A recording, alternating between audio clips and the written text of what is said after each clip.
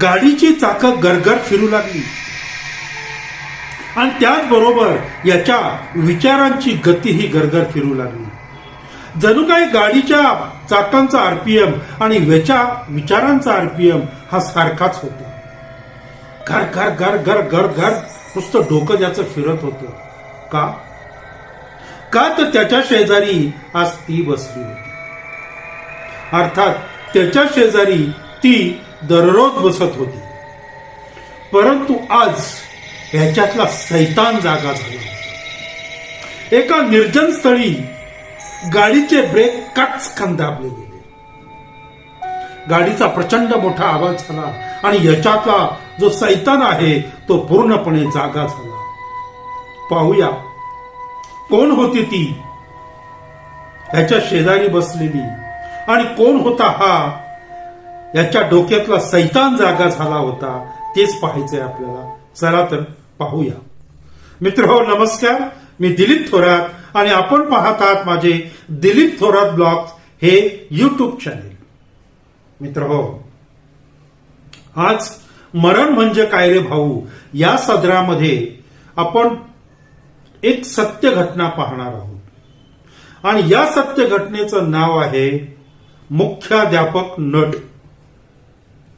नाव थोडं वेगळं वाटतंय, पण पुढे आपल्याला या नावापाठीमागचं रहस्य कळेलच. मित्रांनो, व्हिडिओ आवडला तर व्हिडिओला लाईक आणि शेअर करा आणि दिलीप थोरात ब्लॉग्स या चॅनेलला सबस्क्राईब मात्र करायला विसरू नका. त्यामुळं मी तुमच्या समोर अशा वेगवेगळ्या छानपैकी सत्य घटना घेऊन येऊ शकतो. चला तर बघूया कोण होता हा मुख्याध्यापक नट.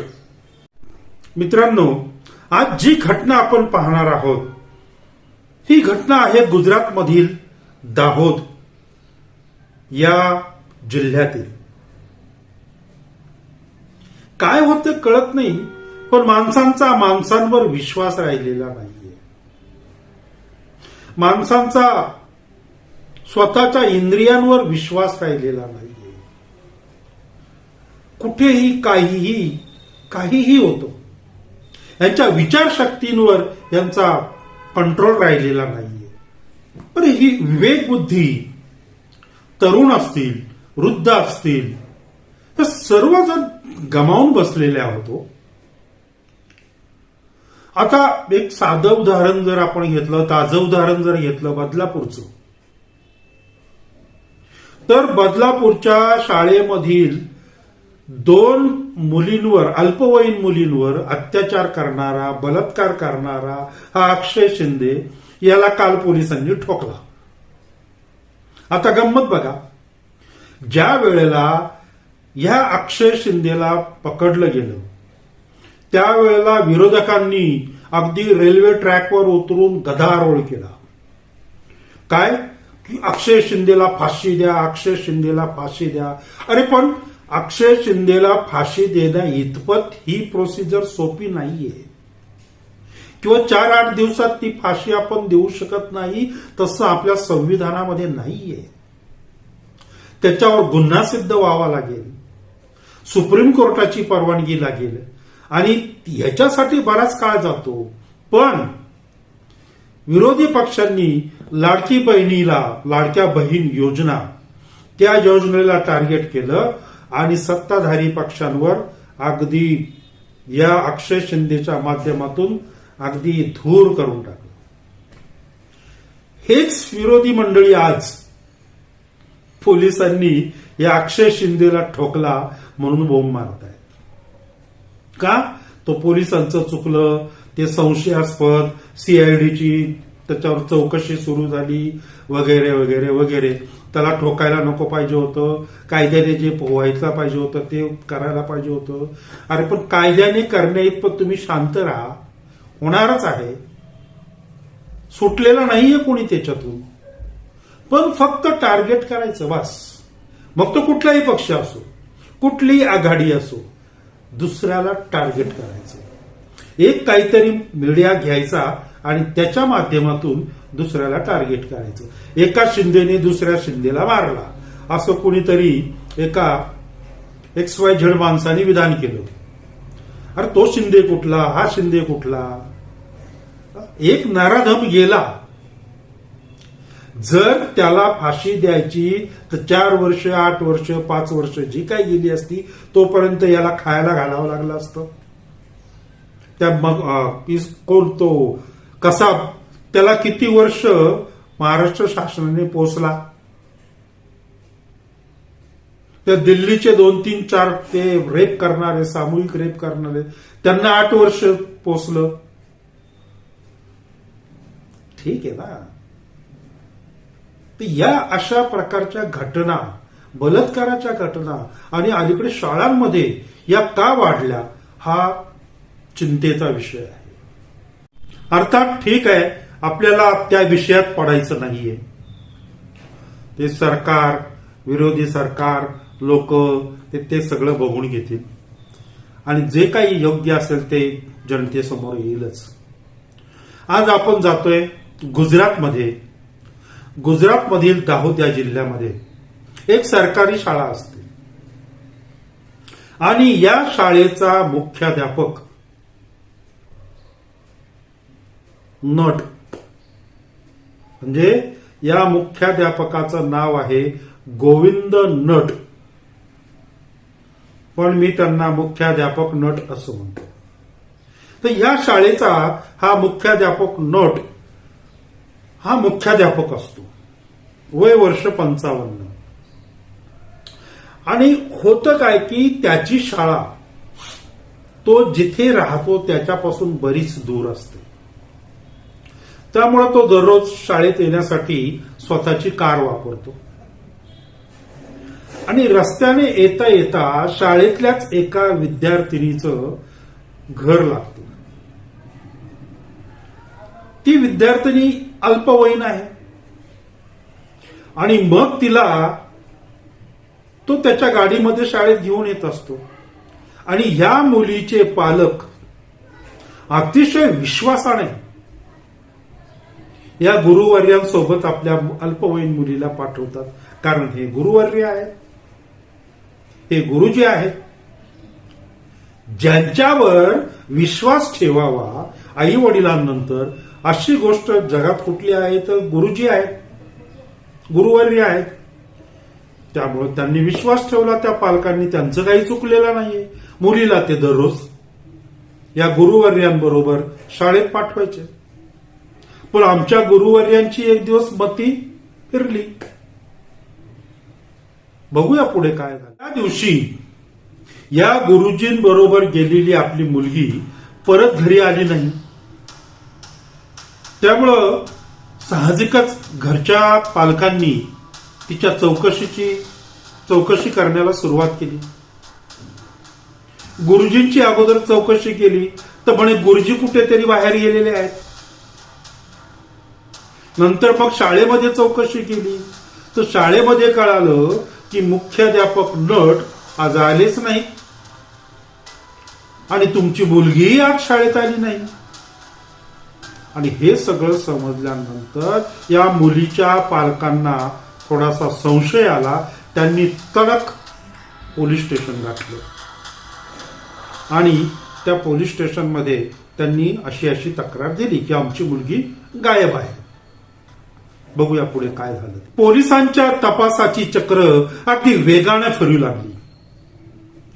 पोलिसांनी पहिला घाला घातला तो मुख्याध्यापक नट यांच्यावर. कारण दररोज मुलगी यांच्याबरोबर शाळेत येत होती आणि घरी जात होती. त्यामुळे साहजिकच पहिला घाला या नटावर घातला. पण या मुख्याध्यापक नटांनी अगदी सराईतपणे, नाही मला माहीत नाही, मी त्या दिवशी बाहेर गेलो होतो असं पोलिसांना सांगितलं. परंतु पोलिसांना कुठेतरी शंका निर्माण आली. यांच्या बोलण्यामध्ये कुठेतरी गडबड जाणवली. दया कुछ गडबड है असं कुठेतरी जाणवलं. आणि मग पोलिसांनी या मुख्याध्यापक नट यांना त्यांच्या भाषेमध्ये विचारणा केली. कारण आतापर्यंत ते एका शाळेचे मुख्याध्यापक आहेत म्हणून सौम्य भाषेमध्ये पोलिसांनी त्यांची विचारणा केली. पण कुठंतरी काहीतरी गडबड आहे हे जाणवल्यानंतर मात्र पोलिसांनी त्यांच्या भाषेत विचारणा केली आणि हा नट, मुख्याध्यापक नट, याच्यातला नट जागा झाला, याच्यातला अभिनेता जागा झाला आणि धाड धाड धाड धाड सगळ्या घटना बोलू लागला. दररोज ही मुलगी माझ्या बरोबर शाळेत येत होती, माझ्याच गाडीतून. अनेक महिने मी या मुलीला माझ्या गाडीतून घेऊन जात होतो. परंतु काही दिवसानंतर माझ्यातली जी विकृत भावना आहे तिने डोकं वर काढलं आणि एक दिवशी, म्हणजे त्या दिवशी मी गाडी एका निर्जन स्थळी थांबवली. उद्देश हा होता की या मुलीवर बलात्कार करायचा, म्हणून मी गाडी थांबवली आणि तिच्यावर जबरदस्ती करण्याचा मी प्रयत्न करू लागलो. परंतु या मुलीने प्रचंड आरडाओरड सुरुवात केली, मला विरोध केला. अर्थात ही मुलगी मला हे सर्व करण्यासाठी विरोध करील अशी बिलकुलही कल्पना मला नव्हती, कारण मी त्या शाळेचा मुख्याध्यापक होतो आणि गुरुजींना घाबरून ती मला जे हवंय ते देऊ शकेल अशी माझी कल्पना होती. पण झालं उलटच.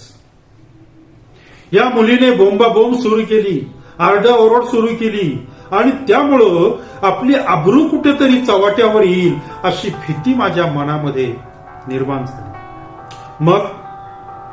मग या मुलीला जर मोकळं सोडलं तरीही माझी अब्रू जाणारच आहे, म्हणून मी त्या मुलीचा गळा दाबून खून केला. त्या मुलीला संपवण्यापलीकडे माझ्याकडे दुसरा कुठलाही पर्याय नव्हता, असं हे मुख्याध्यापक नट सांगत होते पोलिसांना. आणि हे सांगताना मात्र त्यांच्या डोळ्यातून घळघळ घळघळ अश्रू वाहत होते. का? एक क्षण, एका क्षणासाठी या मुख्याध्यापक नटाने आपलं आयुष्य बर्बाद केलं होतं. एका क्षणासाठी या मुख्याध्यापक नटाने या लहानग्या मुलीचं आयुष्य बर्बाद केलं होतं. नोकरी गेली, घर संपलं, समाजातली जी काही प्रतिष्ठा होती ती संपली आणि आता जेलमध्ये पॉक्सोच्या अंडर हा आतमध्ये किती वर्ष राहील ते काही सांगता येत नाही. कशामुळं? एका क्षणामुळे. वि. स. खांडेकरांच्या एका पुस्तकामध्ये असं लिहिलेलं आहे की मोहाचा पहिला क्षण ही पापाची पहिली पायरी असते आणि हा मोहाचा पहिला क्षण या गोविंद नट, मुख्याध्यापक नट यांना आवरता आला नाही. मित्रहो, 55 वर्षे या मुख्याध्यापक नटाने आपल्याला या छोट्या मुलीने विरोध केल्यामुळे, बलात्कार करण्यासाठी विरोध केल्यामुळे याच्या कामवासना जागृत झाल्या आणि या मुलीने त्याला विरोध केला. त्यामुळं याने त्या मुलीला संपवलं. किती भयानक गोष्ट आहे. विशेष म्हणजे दिवसभर या मुलीचा मृतदेह या नटाने आपल्या गाडीतच ठेवला आणि दिवसभर तो इकडे तिकडे बाहेरच फिरत होता. कुणालाही पत्ता नव्हता की हा मुख्याध्यापक नट कुठे आहे. शाळेतही पत्ता नव्हता. दिवसभर या मुलीच्या मृतदेहाबरोबर फिरणारा हा मुख्याध्यापक नट जसा अंधार झाला तसा तो आपल्या शाळेच्या आवारात आला आणि शाळेच्या आवारातील शाळेच्या पाठीमागच्या बाजूला या नराधमाने या छोट्या मुलीचा मृतदेह खड्डा घेऊन त्यात पुरला. किती भयानक आहे हे. अरे, एका क्षणासाठी तू एका मुलीला संपवलंस, तुझं आयुष्य संपवलंस आणि अलीकडे शाळांमध्ये हा खूप प्रकार वाढलेला आहे. बदलापूरचं प्रकरण आता मी बोललोच, चालूच आहे. असं बहुतेक शाळांमध्ये हा प्रकार घडतोय आणि या प्रकारामुळं बहुतेक शाळा बदनाम होत आहेत. खरं तर या लहान मुलींवर अत्याचार करणारे हे गुरुजी, हे गुरुवर्य यांची मती का फिरते? खरं म्हणजे याचं चिंतन झालं पाहिजे. मुख्याध्यापक नट हा नराधम पोक्सोच्या अंदर आता जेलमध्ये हवा खातोय. मुलीचं आयुष्य तर बर्बाद झालंच, स्वतःचंही आयुष्य यांनी बर्बाद केलं. पण या अशा प्रकारच्या घटना नेहमी नेहमी का होतात याचा विचार करणं गरजेचं आहे. तुम्हाला काय वाटतं? मला तर वाटतं की आज ध्यानधारणा हा विषय फार महत्वाचा आहे. प्रत्येक शाळांमध्ये प्रत्येक ठिकाणी एक 15 मिनिटं 20 मिनिटं ध्यानधारणेसाठी नक्की दिले पाहिजे. त्यामुळं कुठेतरी हा मेंदूचा भाग आहे हा स्थिर राहील असं मला वाटतं. तुमचं काय मत आहे कमेंटमध्ये सांगा. मित्रहो, आता इथेच थांबतोय, पण पुढच्या वेळेला मात्र एक नवीन सत्य घटना घेऊन तुमच्या समोर येतोय. तोपर्यंत नमस्कार आणि पुन्हा एकदा नम्र विनंती की माझ्या व्हिडिओला लाईक आणि शेअर करा आणि चॅनेलला सबस्क्राईब करा. तोपर्यंत धन्यवाद.